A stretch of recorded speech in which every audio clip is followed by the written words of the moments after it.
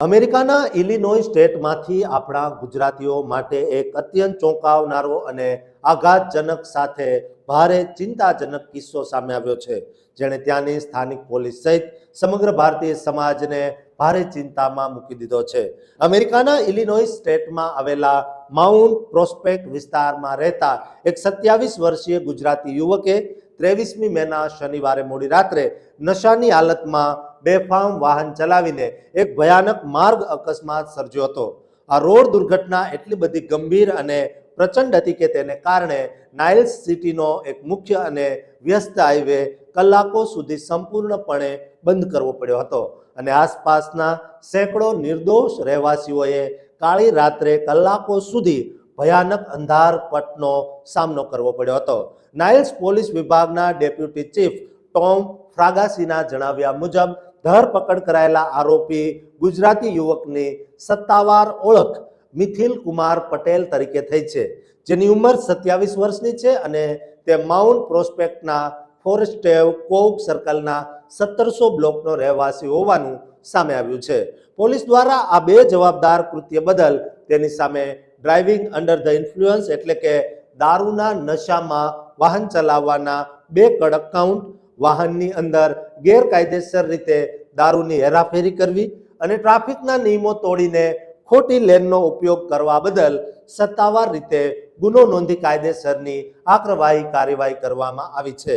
પોલીસના સત્તાવાર રિપોર્ટ મુજબ આ આખી ઘટના શનિવારે રાત્રે આશરે 10:24 કલાકે સ્થાનિક સમય મુજબ બની હતી, જ્યારે આરોપી મિથિલ કુમાર પટેલ પોતાની લક્ઝરી સુબારુ આઉટબેક કાર લઈને મિલવોકી એવન્યુના 6800 બ્લોક પાસેથી પૂરપાટ ઝડપે પસાર થઈ રહ્યો હતો.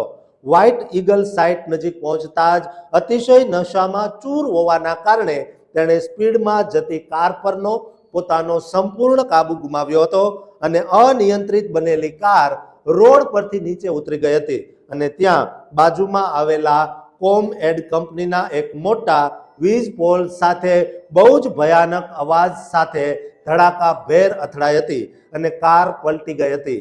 આ અથડામણ એટલી જોરદાર હતી કે આખો મજબૂત લોખંડનો વીજ પોલ ઉખડીને રસ્તાની વચ્ચોવચ્ચ આડો પડી ગયો હતો, જેના કારણે હાઈવેની બધી જ લેન એક સાથે બ્લોક થઈ ગઈ હતી.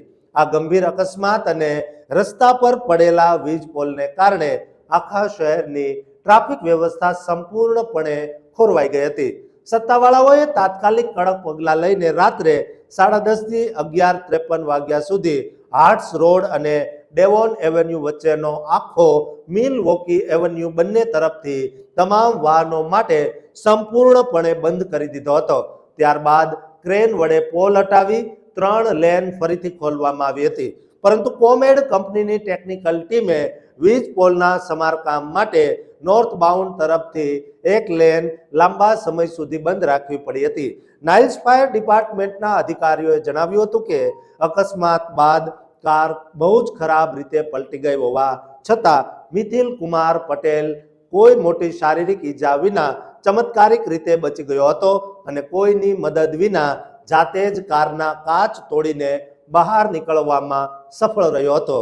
વીજ કંપનીના અધિકારીઓએ પુષ્ટિ કરી છે કે આ સિંગલ કાર અકસ્માતમાં પોલ તૂટવાના કારણે કોમેડ વીજ કંપનીના 462 જેટલા ઘરોનો પાવર સપ્લાય કાયમ માટે બંધ થઈ ગયો હતો અને સમગ્ર વિસ્તારમાં અંધારપટ છવાઈ ગયો હતો. કંપનીના કર્મચારીઓએ યુદ્ધના ધોરણે સમારકામ શરૂ કર્યું હતું અને રાત્રે 11:15 વાગ્યા સુધીમાં 192 ગ્રાહકોની વીજળી પુનઃ સ્થાપિત કરી દીધી હતી. જોકે બાકીના 269 ગ્રાહકોએ લાંબી રાહ જોવી પડી હતી. રવિવારે વહેલી સવારે 2:15 વાગે તેમના ઘરોમાં વીજ પુરવઠો સામાન્ય થઈ શક્યો હતો. આ કિસ્સો વિદેશમાં રહેતા પ્રવાસીઓ માટે બહુ મોટી લાલબત્તી સમાન છે. દોસ્તો, આપણા ગુજરાતીઓ ગુજરાતમાં દારૂને હાથ પણ નથી અડાડતા, ત્યારે અમેરિકામાં જઈને આપણા યુવકો નશામાં બેફામ થાય તે કોઈ પણ રીતે યોગ્ય નથી. માટે દરેક યુવાનોને ગુજરાતીને આ વિડીયો શેર કરજો કે નશાથી દૂર રહો અને સુરક્ષિત રહો, અને આ ચેનલને સબસ્ક્રાઇબ કરવાનું ચૂકતા નહીં.